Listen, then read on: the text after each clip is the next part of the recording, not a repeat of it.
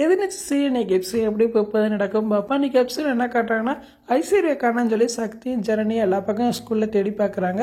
அப்போ ஜனனி சொல்கிறாங்க ஒருவேளை அவள் ஃப்ரெண்டு வீட்டுக்கு எதுவும் போயிருப்பாளா அப்படின்னு சொல்கிறாங்க. அப்போ டீச்சர் சொல்கிறாங்க நிச்சயமாக அவள் ஃப்ரெண்டு வீட்டுக்குலாம் போயிருக்க மாட்டா, அவள் ஒரு பையனோட நான் பார்த்தேன் அப்படின்னு சொல்கிறாங்க. அதை கேட்டால் ரெண்டு பேருமே அதிர்ச்சியாகிறாங்க. அந்நேரம் ரேணுகாவும் ஈஸ்வரியும் சக்திக்கு ஃபோன் பண்ணுறாங்க. அங்கே எதுவும் ஐஸ்வர்யா ஸ்கூலில் இருக்காளா அப்படின்னு கேட்குறாங்க. அப்போ சக்தி சொல்கிற எல்லா பக்கம் தேடிட்டா நீ ஐஸ்வர்யா காணா, ஆனால் ஒரு பையன் கூட அப்படின்னு சொல்ல வரான். உடனே ஜானி சொல்ல வேண்டாங்க அப்படின்னு சொல்கிறத நீ பற்றிடுவார். உடனே ரேணுகா பதட்டப்படுறாங்க. ஏதோ சொல்ல வந்தீங்களே, சொல்ல போகிறீங்களா இல்லைன்னு சொல்லி கதறிக்கிட்டு இருக்காங்க. அங்கிட்டு பார்த்தா கதிர் தர்சனை கூப்பிட்டு வரான். அப்போ காரில் வர்றப்பே சொல்லிக்கிட்டு இருக்கா, இனிமேல் இந்த ஞான சக்தி பேச்செல்லாம் கேட்டுக்கிட்டு நீ எதுவும் ஆடாத, உனக்கு அவங்க சவாசமே வேண்டாம் அப்படின்னு எடுத்து சொல்லிக்கிட்டு இருக்கான். தர்சனம் சரின்னு சொல்கிற மாதிரி காட்டுறாங்க. இன்றைக்கான எபிசோட் இப்படி தான் போகுது.